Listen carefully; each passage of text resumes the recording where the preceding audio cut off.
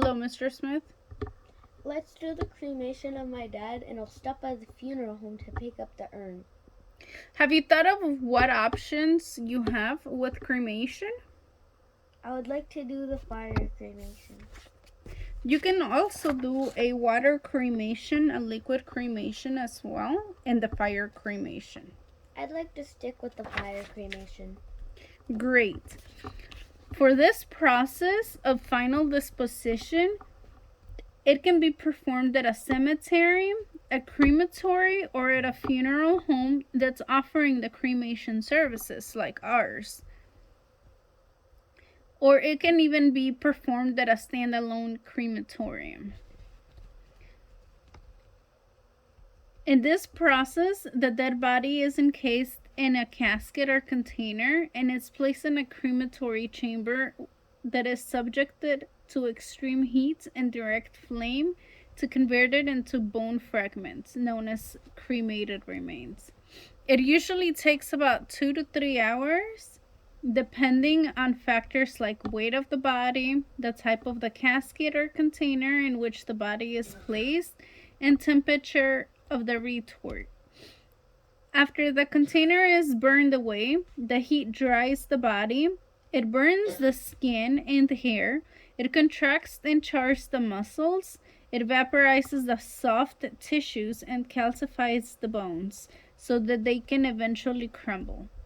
The gases released during the process are discharged through the exhaust system, and the cremation technician may have to crush the partially cremated remains with the help of a long hoe, like a rod.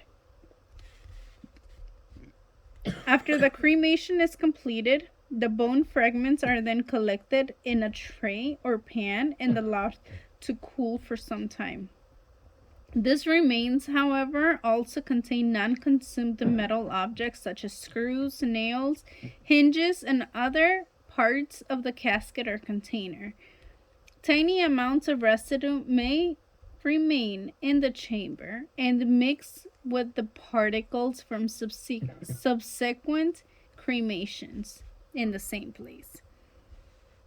In addition, the mixture may contain dental work, dental gold, surgical screws, prostheses, implants, etc. These subjects are removed with the help of a strong magnetic and or forceps after manual inspection, and all metals are later disposed as per the local laws. Mechanical devices, especially pacemakers, must be removed beforehand before the cremation because they may explode due to the intense heat. This could damage the crematorium itself, the equipment, and stuff. It also suggested to remove jewelry items like rings, wristwatches, and other similar objects, as these items are likely to break down during the process.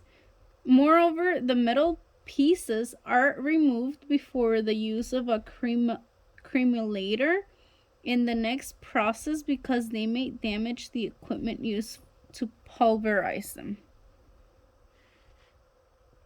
As a final part of the process, as detailed by the cremation resource, it involves the dried bone fragments being further ground into finer sand-like consistency using a machine called cremulator.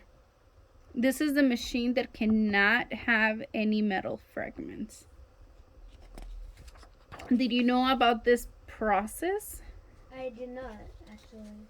I'm glad I got the opportunity to tell you.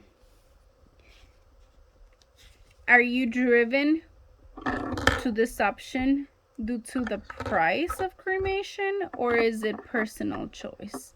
It's a personal choice. Great. Because it is also by some people considered environmental, since there's no caskets getting buried. Have you chosen your urn? No, actually, I haven't. Okay. We can select an urn as soon as you get to the funeral home. We got a great selection, so you can pick one for your father. That sounds great. Amazing. I'm going to take him with me now. Okay. If you have any additional questions, please don't hesitate to give me a call. If you need copies of the death certificate, or if you need more copies of it, please also call me at any time. Okay. Sounds great. Thank you.